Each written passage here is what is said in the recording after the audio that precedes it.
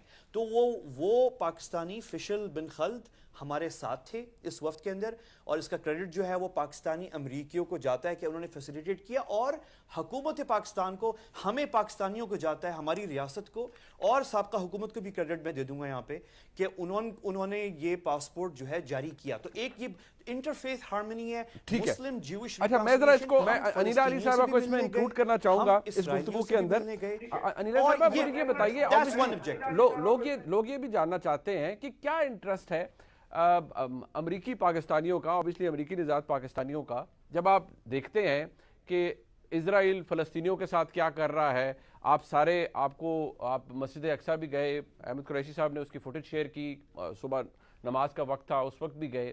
کیسا محسوس ہوتا ہے جب آپ وہاں جاتے ہیں کہ یہاں پر جو فلسطینی ہیں ان کے ساتھ اتنا ظلم ہوتا ہے؟ جب آپ اسرائیل گئے, آپ اسرائیل کے پریزیڈنٹ سے ملے, تو کسی نے یہ آواز اٹھائی, کسی نے یہ بات کی ان سے کہ آپ کیا کر رہے ہیں اتنے عرصے سے؟ جب آپ انٹرفیتھ ہارمنی کی بات کرتے ہیں تو کبھی پیس کی اس حوالے سے بھی بات ہوئی کہ جو مظالم کیے جا رہے ہیں فلسطین کے ساتھ یہ بھی ختم ہونے چاہیے, they should be an end to it? دیکھیے, عرب اگر نہیں چاہتے کہ وہ فلسطینی لوگ ان کے لیے پیس ہو اور وہ ٹیبل پہ آئیں تو وہ یہ انیشیٹو کیوں لیتے؟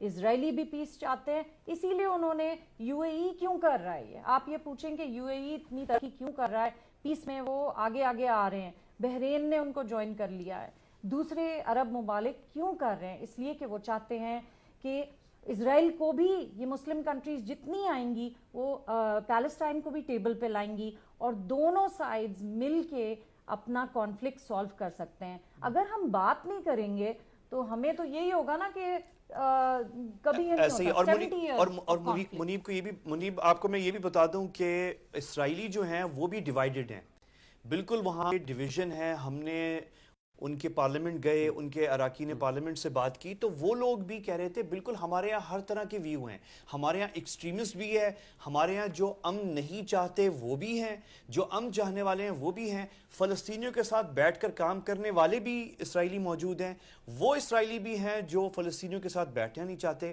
تو ایکسٹریمسٹ ہمارے ہاں بھی ہیں. ہمیں خود کھل کے اراکین کنیسٹ کے ممبرز یہ کہہ رہے تھے کہ وی ہیو ایکسٹریمسٹ, ہمارے بھی ایکسٹریمسٹ ہیں اسرائیلی جو ہیں, اور وہ امن نہیں چاہتے. لیکن ہم ان کو بھی پش کر رہے ہیں, ہم چاہتے ہیں کہ آپ بھی ہاتھ آگے بڑھائیں اور آپ بھی ان کو بھی نظر آئے جو ان کے ایکسٹریمسٹ ہیں کہ دیکھیں یہ کام ہو سکتا ہے اور ریزالو ہو سکتا ہے. ویسے میں آپ کو بتاؤں منیب کہ ہم جہاں جہاں گئے ہمیں فلسطین پرامن ملا. ہم فلسطینی, ہم ویسٹ بینک میں مغربی کنارے میں گئے, ہم فلسطینی جو اسرائیل کا سب سے بڑا شہر ہے جس میں عرب مسلمان کی آبادی ہے, اس کا نام ہے الناصرہ, یا اس کا انگریزی میں کہتے ہیں نازریت. وہاں پہ بڑی قدیم چرچز بھی ہیں اور بہت اہم جگہ ہے ہمارے مسیحی بھائیوں کے لیے, اور سب سے بڑا شہر ہے عرب پاپولیشن کا وہاں پہ. اور بہت ہی, اگر میں آپ کو ویڈیو سے بھی دکھاؤں, ہم وہاں پہ کسی یہودی سے نہیں ملے, آپ یقینی طور پہ گئے ہوگے, وہاں آپ کو پیس بھی نظر آیا ہوگا. But we are talking about اب لاسٹ منتھ اپریل کے اندر وہاں مسجد اقصیٰ کے اندر کیا ہوا, وہ بھی I am sure you could will relate to it. آپ بھی ماشاءاللہ بڑے پڑھے لکھے انسان ہیں, آپ کو پتہ ہے وہاں پر کیا ہوا. بٹ سوال یہ ہے کہ جن ممالک کا اگر کوئی ذکر کر رہا ہے, اس کا بہت سارے کنٹریز تو ایسے ہیں جو اسرائیل کے ساتھ بارڈر جڑتے ہیں, کچھ ملک ایسے ہیں دنیا کے اندر جو ظاہری بات ہے وہ غیر مسلم ممالک سے, کوئی انڈیا کے ساتھ تعلق اپنے اچھے بنا رہا ہے, کوئی کشمیر کے اندر جا کے انویسٹمنٹ کانفرنس کر رہا ہے, کوئی میڈلز دے رہا ہے انڈین پرائم منسٹر کو اور پتہ نہیں کیا کیا ایوارڈ دے رہا ہے. That is something else. But of all the countries لوگ یہ سمجھنا چاہتے ہیں کہ انٹرفیتھ ہارمنی کے لیے, پیس کے لیے تو چلے یہ انیشیٹو کسی کو یہ کنونس کر بھی سکتا ہے, کوئی سوچ بھی سکتا ہے کہ ٹھیک ہے انٹرفیتھ ہارمنی کے لیے یہ ہونا چاہیے. پاکستان کا اینگل اس کے اندر ابھی آپ نے خود کہا وہ بڑا کلیئر ہے کہ ایک سٹیٹڈ پالیسی ہے اور وہی رہے گی. یہاں اس بات کو مس ریپرزینٹ کیا جا رہا ہے آپ کے خیال میں یا نہیں؟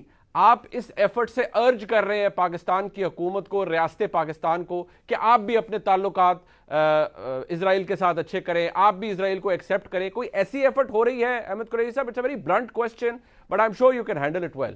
یہ ہمارا این جی او کا, میرا, صحافیوں نے, ہمارا کام نہیں ہے. یہ حکومت پاکستان کی پولیٹیکل لیڈرشپ ہے, ان کا یہ وہ ہے. لیکن میں آپ کو ایک چیز بتا دوں کہ اس سے پہلے کہ میں پاکستان اور اسرائیل کے تعلقات کی بات کروں یا عرب ممالک کی, میں آپ کو یہ بتا دوں کہ سب سے پہلے جو تعلقات ہیں اسرائیل کے ساتھ وہ فلسطینیوں کے ہیں. فلسطینی جو ہیں ان سے آپس میں اور اسرائیلی مل کر بیٹھتے بھی ہیں, روز کام کرتے ہیں ساتھ. ان کا فلسطینی ریاست کی جو ریونیو ہے, جنریشن ٹیکسز ہیں, وہ آدھے ٹیکسز اسرائیلی حکومت کلیکٹ کرتی ہے اور وہ ہر مہینے کے آخر میں جو ہے ٹرانسفر ہوتے ہیں اکاؤنٹ. مطلب میرے کہنے کا مقصد یہ ہے کہ فلسطینی بھی بیٹھ رہے ہیں اسرائیلیوں کے ساتھ, عرب بھی بیٹھ رہے ہیں, مصری بھی بیٹھ رہے ہیں, ترکی بھی بیٹھ رہے ہیں. آپ کو پتہ ہے کہ ہم پچھلے جمعے کو فجر کی نماز میں ہم وہاں گئے مسجد الاقصی, تو وہاں پہ جو سب سے زیادہ لوگ نماز پڑھنے آئے ہوئے تھے فلسطینیوں کے بعد, وہ ہمارے ترک بھائی تھے.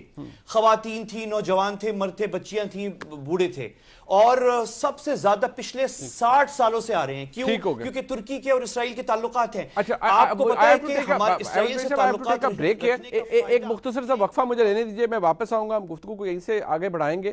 میں سمیع خان صاحب سے بھی کچھ باتیں پوچھنا چاہتا ہوں. اینڈ اگین اس کا ایک پل بھی ہے کیونکہ پاکستان کے اندر جو ڈیبیٹ شروع ہو گئی ہے سوشل میڈیا کے اوپر, بہت تنقید ہو رہی ہے, اور ایک وہ الزام کہا جائے یا ایک ایسا, اگر احمد قریشی صاحب اسے بیک کر سکتے ہیں ود فیکٹس, کہ سابق وزیر اعظم جناب عمران خان نے کوشش کی, ایک ایفرٹ کی, انہوں نے ٹویٹ کے اندر اپنا یہ بات سبسٹینشیٹ کرنے کی کوشش کی. کیا اس کے اندر کوئی سگنیفیکنس ہے, ایویڈنس ہے؟ احمد قریشی صاحب خود بتائیں گے.